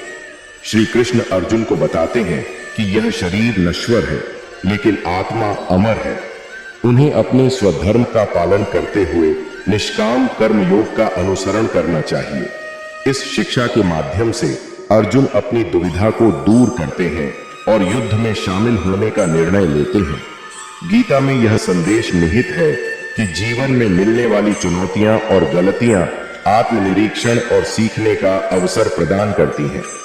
अगर अर्जुन अपने भ्रम और गलत दृष्टिकोण को नहीं छोड़ते तो वह अपने कर्तव्य से विमुख हो जाते, लेकिन उन्होंने श्री कृष्ण से शिक्षा ली, इसे स्वीकार किया और अपने कर्म पथ पर आगे बढ़े। यह उदाहरण दर्शाता है कि गलतियों से सीखना कैसे हमें आगे बढ़ने की सीढ़ियां प्रदान करता है, जबकि उनसे नहीं सीखना हमें समस्याओं के सागर में डूबा सकता है। जीवन में हमें चुनना होता है कि हम अपनी गलतियों से क्या सीखते हैं और उस ज्ञान का उपयोग कैसे करते हैं। श्रीमद् भगवद गीता का 24वां विचार यह है कि इस दुनिया में कोई भी पूरी तरह से सही नहीं है, इसलिए लोगों की अच्छाइयों को देखकर उनके साथ अच्छे रिश्ते बनाएं। श्रीमद् भगवद गीता में संबंधों और दृष्टिकोण के बारे में कई महत्वपूर्ण शिक्षाएं दी गई हैं, जिन्हें इस विचार के संदर्भ में समझा जा सकता है। एक प्रमुख उदाहरण श्री कृष्ण की सार्वभौमिक दृष्टि है। जो सभी प्राणियों में एक समान चैतन्य को देखती है। गीता के 9वें अध्याय में श्री कृष्ण अर्जुन से कहते हैं कि एक सच्चा योगी वह है जो सभी जीवों को समान दृष्टि से देखता है। वे सभी में विद्यमान परमात्मा को समझते हैं और इस सार्वभौमिक दृष्टिकोण के कारण सभी के प्रति प्रेम और सम्मान का भाव रखते हैं। श्री कृष्ण अर्जुन को यह समझाने की कोशिश करते हैं कि प्रत्येक व्यक्ति के भीतर अच्छाई होती है क्योंकि वे सभी उसी दिव्य ऊर्जा का हिस्सा होते हैं। इसके अलावा गीता में कहा गया है कि मनुष्य को दूसरों में ईश्वर की उपस्थिति को देखकर उनके गुणों को पहचानना चाहिए और उन्हें उनका उचित सम्मान देना चाहिए। जब हम दूसरों की अच्छाइयों पर ध्यान केंद्रित करते हैं तो हमारे संबंधों में सौहार्द रहता है और नकारात्मकता का प्रभाव कम होता है। गीता का यह संदेश है कि हमें सभी के प्रति सहिष्णुता और करुणा का व्यवहार करना चाहिए। किसी की कमियों पर ध्यान देने की बजाय उनके गुणों और सकारात्मक पक्ष को देखना चाहिए। इसी दृष्टिकोण से हम दूसरों के साथ सार्थक और सकारात्मक संबंध बना सकते हैं। इस प्रकार श्रीमद् भगवद गीता यह सिखाती है कि सही दृष्टिकोण और खुले मन से देखने पर हम सभी में अच्छाई और समानता देख सकते हैं, जिससे रिश्ते मजबूत और खुशहाल बनते हैं। श्रीमद् भगवद गीता का 25वां विचार यह है कि मानव कल्याण ही भगवद गीता का प्रमुख उद्देश्य है। इसलिए मनुष्य को अपने कर्तव्यों का पालन करते समय मानव कल्याण को प्राथमिकता देनी चाहिए। श्रीमद् भगवद गीता में मानव कल्याण का प्रमुख स्थान है और यह विभिन्न अध्यायों में अर्जुन और श्री कृष्ण के संवादों के माध्यम से व्यक्त किया गया है। इसे समझने के लिए हम कुछ विशेष संदर्भों को देख सकते हैं। एक प्रमुख उदाहरण गीता के 3रे अध्याय में कर्म योग की चर्चा है। श्री कृष्ण अर्जुन से कहते हैं कि प्रत्येक मनुष्य का यह कर्तव्य है कि वह अपने सामाजिक और व्यक्तिगत दायित्वों का निर्वहन इस दृष्टि से करे कि उसके कर्मों का लाभ अधिक से अधिक लोगों को मिले। यहाँ निष्काम कर्म योग की अवधारणा यह बताती है कि व्यक्ति को अपने कार्यों को बिना किसी स्वार्थ के मानव कल्याण के लिए करना चाहिए। श्री कृष्ण कहते हैं, कर्मण्येवाधिकारस्ते मा फलेषु कदाचन। तुम्हारा कर्म करने का अधिकार है, लेकिन फल की चिंता के बिना। इसका उद्देश्य यह है कि कर्म करते समय मनुष्य को समाज और मानव कल्याण को प्राथमिकता देनी चाहिए, न कि केवल व्यक्तिगत लाभ को। इसके अतिरिक्त गीता यह भी सिखाती है कि एक अच्छे राजा या नेता का कर्तव्य है कि वह समाज के कल्याण के लिए कार्य करे। राजधर्म का पालन करते हुए उन्हें न केवल व्यक्तिगत शक्ति और समृद्धि का ध्यान रखना चाहिए, बल्कि हर प्रजा के कल्याण को भी सुनिश्चित करना चाहिए। इस प्रकार गीता के अनुसार मानव कल्याण का विचार सामाजिक और व्यक्तिगत कर्तव्यों का अभिन्न अंग है। समाज और दूसरों की भलाई के लिए किए गए कार्य न केवल व्यक्तिगत मुक्ति का मार्ग प्रशस्त करते हैं, बल्कि सामूहिक समृद्धि और शांति का भी आधार बनते हैं। इस दृष्टिकोण से गीता का संदेश अत्यंत प्रासंगिक है। आत्म कल्याण और मानव कल्याण में कोई विरोधाभास नहीं है, बल्कि वे एक दूसरे के पूरक हैं। श्रीमद् भगवद गीता का 26वां विचार यह है कि मनुष्य को स्वयं अपना उद्धार करना चाहिए, न कि स्वयं को नीचे गिराना चाहिए, क्योंकि आत्मा ही मनुष्य की मित्र है और आत्मा ही उसका शत्रु। श्रीमद् भगवद गीता के 6ठे अध्याय में यह विचार स्पष्ट रूप से प्रस्तुत किया गया है। यहाँ श्री कृष्ण अर्जुन को बताते हैं कि आत्म संयम और आत्मज्ञान के माध्यम से मनुष्य स्वयं अपना उद्धार कर सकता है। श्री कृष्ण कहते हैं, उद्धरेदात्मना त्मानं न आत्मानं वसादयेत्, आत्मैव ह्यात्मनो बंधुरात्मैव रिपुरात्मनः। अनुवादित अर्थ है, मनुष्य स्वयं के द्वारा ही अपना उद्धार करे और स्वयं को नीचे न गिराए, क्योंकि आत्मा स्वयं का मित्र भी है और शत्रु भी। इस श्लोक में बताया गया है कि मनुष्य का सबसे बड़ा मित्र और सबसे बड़ा शत्रु स्वयं उसकी आत्मा है। जब मनुष्य स्वयं को नियंत्रित करता है, अनुशासन में रहता है और स्वज्ञान की प्राप्ति करता है, तो उसकी आत्मा उसका मित्र बन जाती है। इसके विपरीत यदि वह अपने मन और इंद्रियों पर नियंत्रण नहीं रखता, तो वही आत्मा उसका शत्रु बन सकती है। गीता में आत्म संयम और स्वाध्याय की महत्ता को स्पष्ट करते हुए यह शिक्षा दी गई है कि हमें बाहरी परिस्थितियों को दोष देने के बजाय अपने भीतर के संघर्षों और कमजोरियों को पहचान कर उनका समाधान करना चाहिए। आत्म उद्धार का अर्थ है अपनी सोच, कार्य और व्यवहार को ऐसा बनाना कि हम अपने और दूसरों के लिए लाभदायक हो सकें।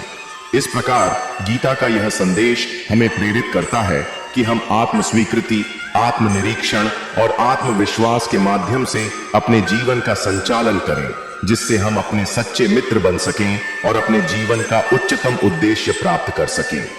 श्रीमद् भगवद गीता का 27वां विचार यह है कि मनुष्य को सदैव अपनी वाणी पर संयम रखना चाहिए, क्योंकि वाणी के द्वारा दिए गए घाव कभी नहीं भरते हैं। श्रीमद् भगवद गीता में वाणी पर संयम के महत्व को विभिन्न संदर्भों में समझाया गया है। गीता के 17वें अध्याय में श्री कृष्ण 3 प्रकार की तपस्या, शारीरिक, वाचिक और मानसिक का वर्णन करते हैं, जिसमें वाचिक तपस्या अर्थात वाणी का संयम भी शामिल है। श्री कृष्ण कहते हैं, अनुद्वेगकरम वाक्यम सत्यम प्रियम हितम च यत् स्वाध्यायाभ्यसनम चैव वाङ्मयम तप उच्यते। इस श्लोक का अर्थ है, जो वाणी उद्वेग, व्याकुलता न उत्पन्न करने वाली, सत्य, प्रिय और हितकारी हो और जो स्वाध्याय और अभ्यास से युक्त हो, उसे वाचिक तप कहते हैं। यहाँ श्री कृष्ण अर्जुन को सिखाते हैं कि वाणी को ऐसा होना चाहिए जो दूसरों के लिए न उपद्रवकारी हो, न ही किसी को आहत करे। सत्य और प्रिय शब्दों का उपयोग ही सच्चे वाचिक तप को प्रमाणित करता है। वाणी का संयम व्यक्ति के भीतर शांति और समाज में सद्भावना को बढ़ावा देने में सहायक होता है। कटु वचन या असत्य भाषण मनुष्य के संबंधों को क्षति पहुंचा सकते हैं, जो लंबे समय तक मन को कष्ट दे सकते हैं। इसलिए गीता में वाणी के संयम को महत्वपूर्ण तपस्या के रूप में देखा गया है। इस प्रकार गीता का संदेश है कि मनुष्य को अपनी वाणी पर संयम रखना चाहिए, क्योंकि सही वाणी न केवल हमारे अंदर की चेतना को शुद्ध करती है, बल्कि हमारे आसपास के वातावरण को भी सकारात्मक और सामंजस्य पूर्ण बनाती है। संयमित वाणी का अभ्यास आत्म विकास और सामाजिक सौहार्द दोनों के लिए अनिवार्य है। श्रीमद् भगवद गीता का 28वां विचार यह है कि जिस व्यक्ति का मन अपने आप में स्थिर और संतुलित है, जो न किसी चीज से आकर्षित होता है और न किसी चीज से घृणा करता है, वही सच्चे आनंद और शांति का अनुभव करता है। श्रीमद् भगवद गीता के 2वें अध्याय में श्री कृष्ण अर्जुन को स्थिर बुद्धि और समत्व की स्थिति के बारे में शिक्षा देते हैं। यह वह स्थिति है जब व्यक्ति बाहरी प्रभावों से अप्रभावित रहता है और आंतरिक शांति का अनुभव करता है। श्री कृष्ण कहते हैं, दुःखेष्वनुद्विग्न मना सुखेषु विगत स्पृह वीतराग भय क्रोध स्थित धीर मुनिरुच्यते। इस श्लोक का अर्थ है, जो व्यक्ति दुखों में व्याकुल नहीं होता, सुख में जिसका अनुराग नहीं होता, जो राग, भय और क्रोध से रहित है, वह स्थिर बुद्धि व्यक्ति कहलाता है। यहाँ श्री कृष्ण इस बात पर बल देते हैं कि मन का स्थिर और संतुलित होना अत्यंत आवश्यक है। ऐसा व्यक्ति न तो सुख में अत्यधिक आकर्षित होता है और न ही दुख में घृणा या भय करता है। उसका मन सदैव स्थिर और संरहित रहता है। इस स्थिति को प्राप्त करने वाला व्यक्ति ही सच्चे आनंद और शांति का अनुभव कर सकता है। यह स्थिरता और संतुलन आंतरिक आत्मज्ञान और आत्म संयम से प्राप्त होती है, न कि बाहरी वस्तुओं पर निर्भरता से। गीता का यह सिद्धांत जीवन की विभिन्न परिस्थितियों में समान दृष्टि और वैराग्य का महत्व दर्शाता है। एक स्थिर और संतुलित व्यक्ति माया जगत के आकर्षण और विकर्षण से परे होता है और आंतरिक आनंद और शांति को प्राप्त करता है। इस प्रकार गीता का संदेश है कि सच्चा आनंद और शांति उसी व्यक्ति को मिलती है जो अपने मन को स्थिर और संतुलित रखता है, जो न किसी वस्तु या अनुभव से मोहित होता है और न किसी से घृणा करता है। श्रीमद् भगवद गीता का 29वां विचार यह है कि जो व्यक्ति कठिनाइयों और विपत्तियों में धैर्य नहीं खोता और सफलता में अहंकार नहीं करता, वही व्यक्ति भगवान के सबसे प्रिय होता है। संतुलित और शांत मन ही सच्ची शक्ति है। श्रीमद् भगवद गीता में श्री कृष्ण अनेक स्थलों पर ऐसे गुणों का वर्णन करते हैं जो भगवान के प्रति प्रिय व्यक्ति में पाए जाते हैं। 18वें अध्याय में श्री कृष्ण अर्जुन को उन गुणों के बारे में बताते हैं जो व्यक्ति को प्रिय बनाते हैं, जैसे कि धैर्य, विनम्रता और समता। श्री कृष्ण कहते हैं, द्वंद्वातीतः सुख दुख संझैर गच्छन्त्यर्थम षड्विधम सुलभ संसारोत्थम दुख योग विरक्तम न तन्मया। इसका भावार्थ है कि व्यक्ति को द्वंद्वों, सुख दुख, हानि लाभ आदि के परे जाकर संभाव में स्थित होना चाहिए।